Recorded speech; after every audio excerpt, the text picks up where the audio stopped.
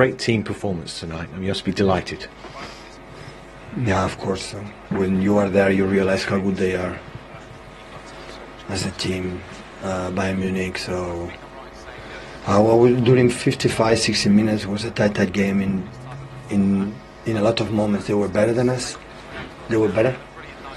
And but after 60, 65 minutes, so apart they found the second goal that helped us a lot. We make some changes and our pressing was more effective because they found Musiala. That is what exceptional player he is, and Navri, when the threats from Koeman and Leroy in behind, how fast and speed and everything they are. So it's really difficult to do it. We adjust a little bit. They were a bit better, and with the ball we were better too. And yeah, happy for the result. But I lived 3 years in Munich. I know what doesn't mean Allianz Arena. I know Bayern Munich, the mentality. I know the quality they have. So many, strong game to do. Let's talk about Rodri's goal, though, which was a special one. His first in the Champions League. A beautiful finish, wasn't it? Oh, what a goal! Yeah. In that moment they were better. We could not press properly. We could not, do that position. Yeah, it was difficult. But in the same time, yeah, it would help us a lot, a little bit. But even with that, the pressing was not good. For my mistake, and I read bad the way you should do to don't allow him to play. And at the end, we adjusted a little bit. It was a little bit better. You capitalised on their mistakes in defensive positions, particularly with the Bernardo goal. That was very important. Yeah, of course, we were aggressive. The second goal is for that. So we provoked the mistake. So we let them time to think they are so good. And yeah, we did it. And because he came when I was there, and he's another exceptional player. So looking the bench with Joao, with Mane, with Thomas Müller, this is always a threat. And oh, you can.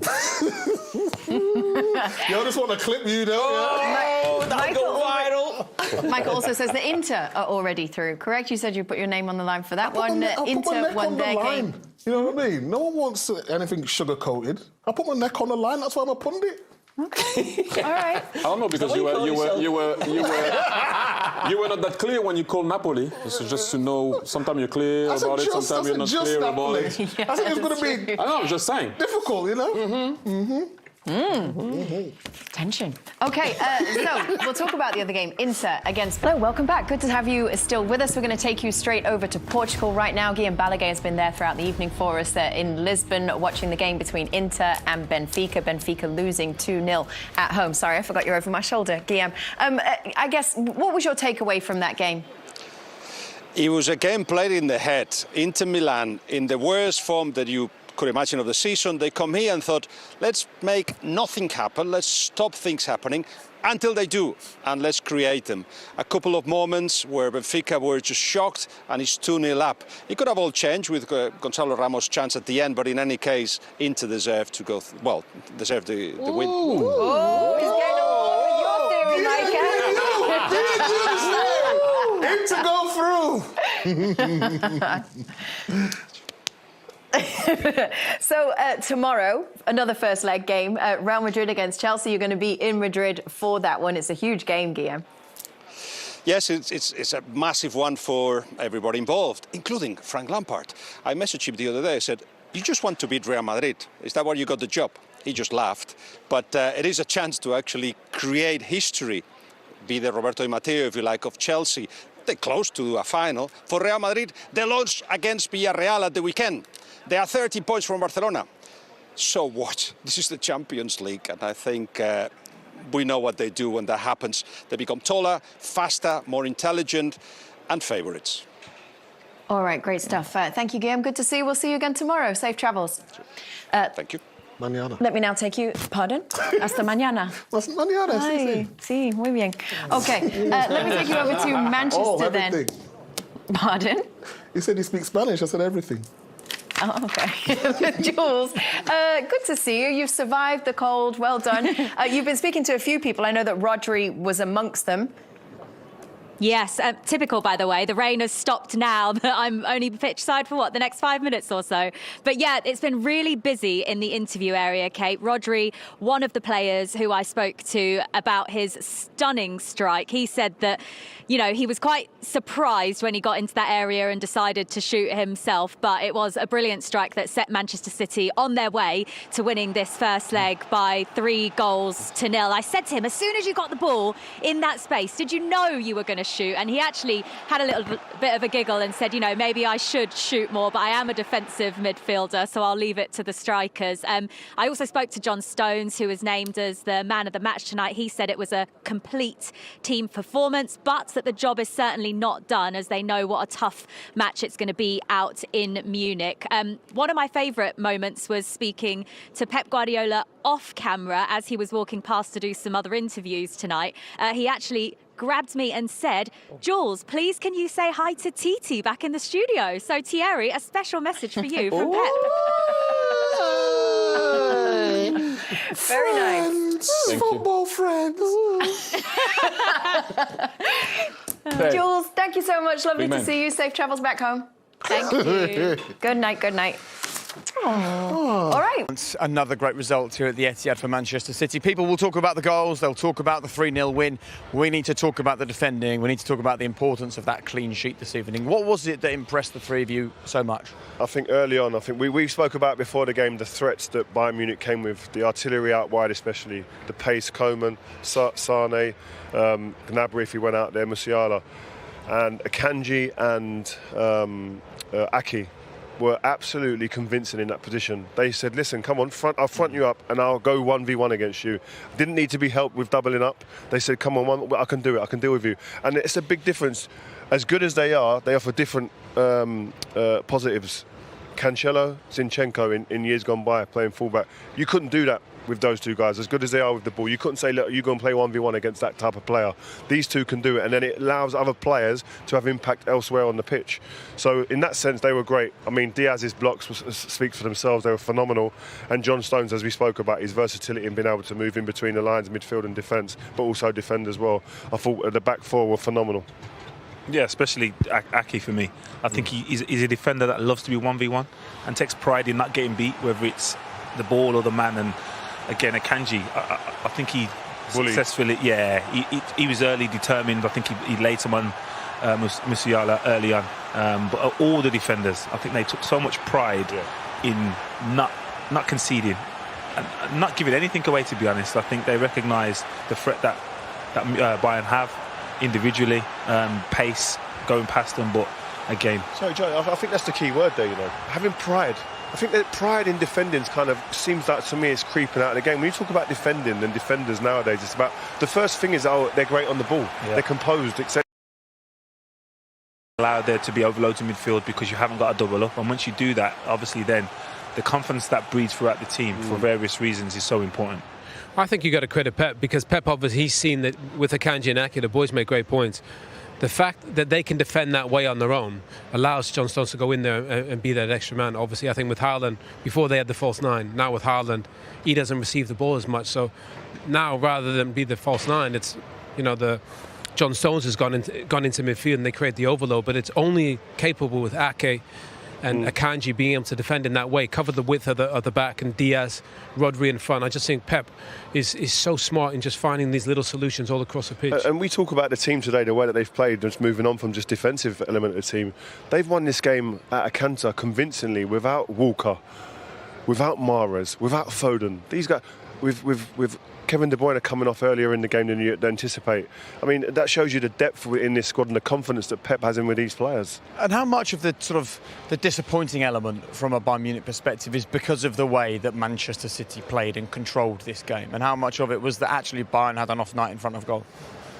There was more for Bayern today. I thought they played pretty well, actually. But in both boxes, I thought they were dreadful.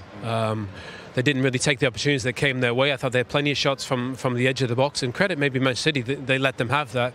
But I think Thomas Tuchel were furious. I thought at 2-0 their heads went down. The third goal was terrible. And I think he'll be furious. It didn't feel like a 3-0 game. I know City had some good chances. but it felt like Bayern could have scored in the game, and it was a huge missed opportunity for them. Yeah, it's strange to say that, isn't it? Because we've actually got some of the City chances at the end of the game here. They could have scored more, but it still also didn't feel like a 3-0 game, did it? Yeah, I think we're basing it on the possession. In between both boxes, I think both teams were pretty even. Then all of a sudden you get to the boxes and there's pride in defending, and then there's mistakes that cause goals for City. And as Owen said there, yeah, Bayern will be disappointed they didn't score tonight. They've scored in pretty much every game this season. But you've got to give so much credit to Man City and the defenders. OK, well, I think I'm right in saying that finally, we're going to hear from Pep Guardiola in a few minutes' time. But before that, John Stones is making his way out to us now. He had a brilliant night this evening. He started off life here as a defender, suddenly turning into a midfielder and playing it well. Yeah, and that's the way the game's gone. So we talk about defenders being comfortable on the ball, and this guy, John Stones, coming into the screen in a minute, is one of the most comfortable about. And it's confident walk that. Yeah, he's confident. That's a walk of somebody who's just like living life in midfield and happy. How you doing, man? Right, nice to see you. Dive in here. How are you feeling playing in midfield? We're just talking about you playing midfield. How are you feeling in that new role that you've been asked to do? Yeah, a lot of new things, and big learning curve for me as well in positioning. Being unselfish, knowing when to create space for others, definitely doesn't come natural, I don't think. So yeah, I'm learning all the time and trying to adapt and give everything for the team first and foremost, and yeah, express myself as well when I'm in there. I think getting on the ball and trying to read situations, and then whatever the manager is asking of me, and we work on that in training all the time. So it's always easier when it comes to a game day and knowing my roles and responsibilities. I'm always interested in the evolution of these kinds of things. When Pep first comes to you and says, I've got a plan for you, like, are you, as a person, naturally kind of reticent and questioning, or are you open to these kinds of ideas and sort of allowing him to take your career in the path that he thinks is best? Yeah, no, I'm allowing it. You have to, don't you? You get no choice.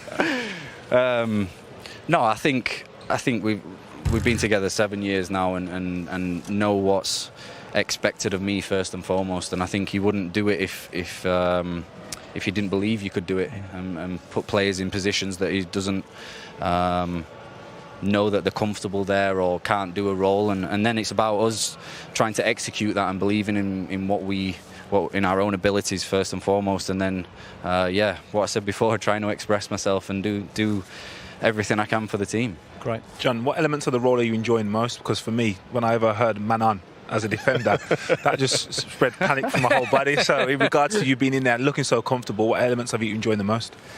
I think I've tried not to do too much, to be honest. When players have got this 360 vision that comes natural to some, I've not found that yet. 180. So yeah, if I can 100% know that I can turn and play out, I will do, but always playing kind of safe and trying to keep the ball moving. And as I said before, creating space for others, I think it's a role that other teams have picked up on now, and are kind of trying to force us outside and not go through the middle as much, which I think at Southampton last game, we were man-marked quite tight. So yeah, adapting to those situations and trying to move and get on the ball, and then knowing where other players are going to be as well. I think we work so hard in training of knowing where everyone's going to be on the pitch, and it's about then realising situations that you're in, and the more I do it, I think the more I'll keep improving. John, I mean, you've seen you experienced the margins are so fine in the Champions League, and so today Bayern actually played pretty well, but ended up losing 3-0. It just felt like you guys, even though you didn't have more possession, felt like you had control of the game. Felt like the big moments, the press from Jack, even your header back across goal, the little moments add up in these games, and it just felt like you had the best of all those moments. Yeah, huge. Things like that are always satisfying to watch. It doesn't happen too often. Nice assist. Yeah. But I think we thrive off things of blocks.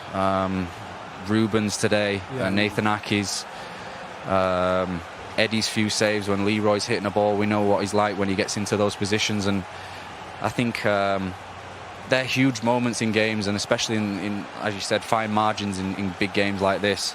Those are the key moments for me that matter, and I think we should celebrate those, and I think you can probably see from the stands that we do, and that gives everyone such a big lift.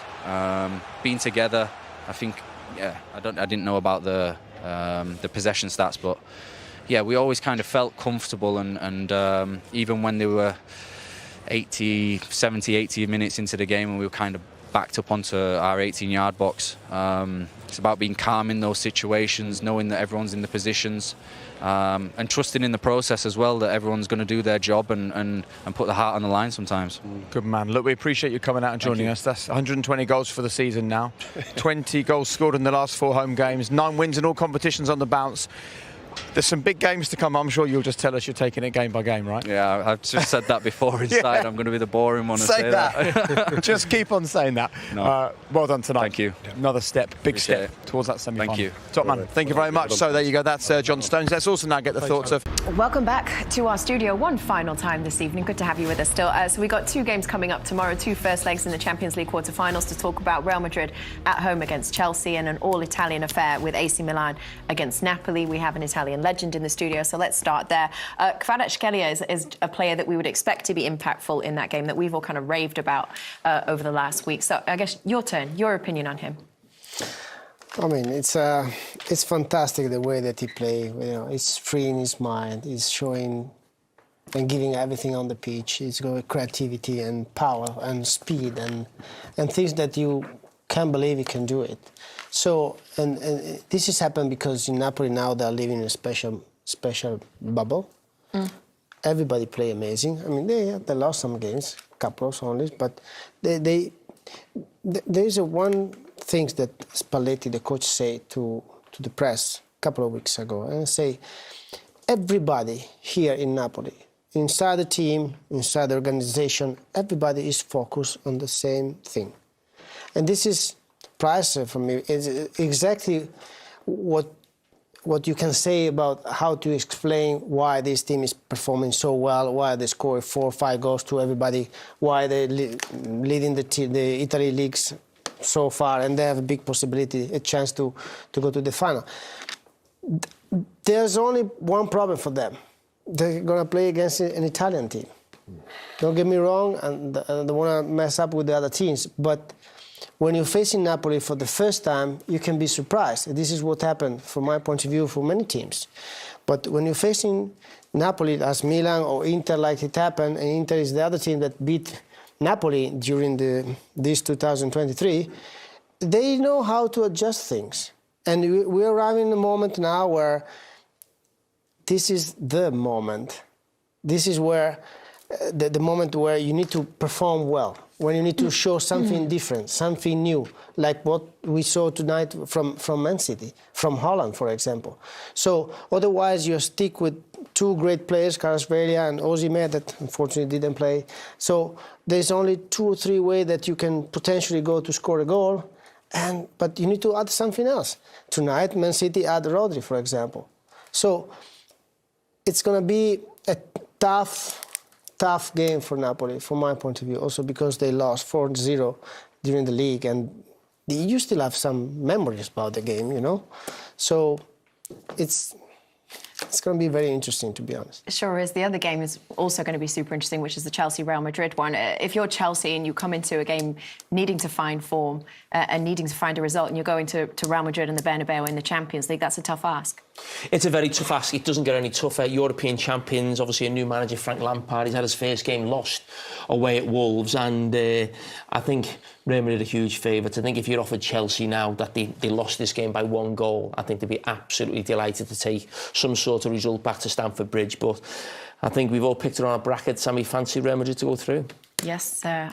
OK, well, it's been fun with all of you tonight. Thank you for joining us. Thank you very much. I appreciate you. Alessandro, it's not a unique problem to Italy, and that's not the picture that we're trying to paint, right? But this certainly didn't reflect well on Italy, especially given the fact that that decision was upheld. Do you agree? It happened many times that we have a sort of discrimination at any level. And of course, the one that we're discussing now is the most important for different reasons. And I think Thierry mentioned a couple of things that probably I'm thinking about how to deal with that, okay? Because we need to keep going to and face this problem and try to solve it once forever. I don't think it's going to be easy, to be honest. We are living in a society where we try to divide ourselves in any things. We have in Italy. Sometimes we divide north from south, and we're still Italian. So what is the point? So but we are crossing the line so many times. We crossed the line so many times that now, yeah, we take a step and we say, okay, guys, we need to hold it and finish this stuff. And what I mentioned is we're talking about common sense, yes, but I think it's very important also to have a table where players share time with the referees, with federations, and we all together we come at some point. Otherwise, we're still in this moment, like today. Okay, the referee make mistakes, but why the federation keep going and defend the referee's decision? And why we don't do something else in terms of this? Close the stadium for one game. I mean, at least. In Juve, I know that they know who they were, the guys that make that kind of ridiculous things, and they, of course, they take him out of the stadium forever, for what I understand. But it's not enough sometimes, right? So we still need to find a way to keep going to fight this, but find new ways, from my point of view. Because if what we've done till now works. Don't get me wrong, because we are much better than 10, 15 years ago, to be honest, but not enough. So we need to close that gap of any kind of discrimination and enjoy a show. And there's many ideas. I mean, I'm thinking, for example, talking about Lukaku, we were discussing with Thierry before, you know.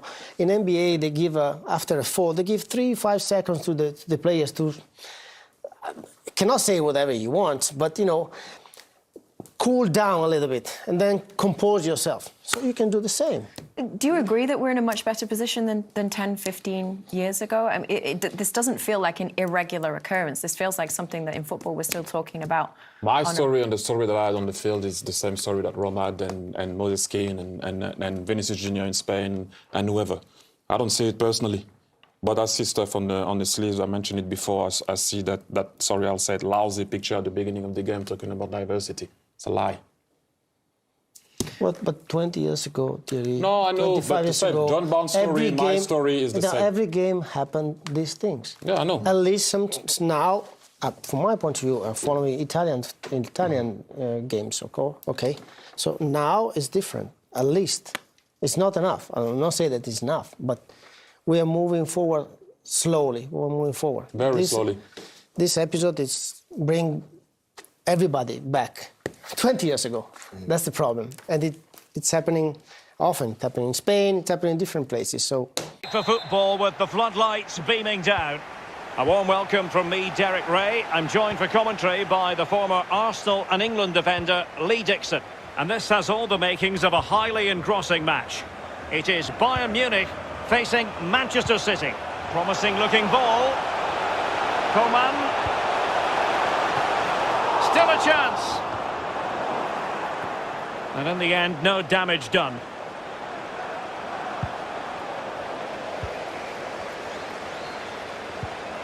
Goretzka. Coman. Real chance. Coman. And a goal it is. No long wait for the opener today.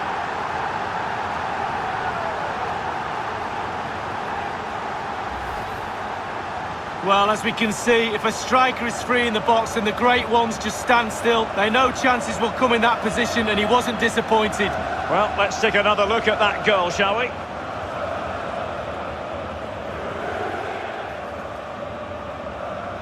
Well, the manager's showing signs of frustration. They need to improve if they're going to get something out of this game, Derek. So City get things going again, and the onus is on them to erase the damage done by that concession. Gabriel Jesus. No, high quality defending. We're getting right on top of their opponents and winning it back. Oh, he's really opened them up here. Has eyes for goal. Flinging himself at it, the keeper. And he's fired over the corner. Keeper did his job to begin with. Well, a classic example of how to intercept.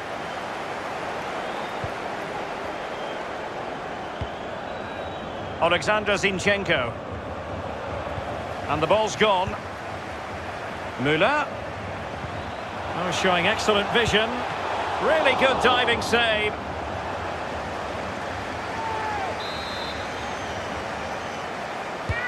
And played in by Kimmich.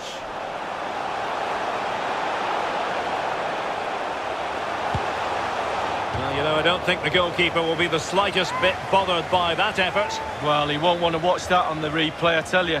He was way wide there.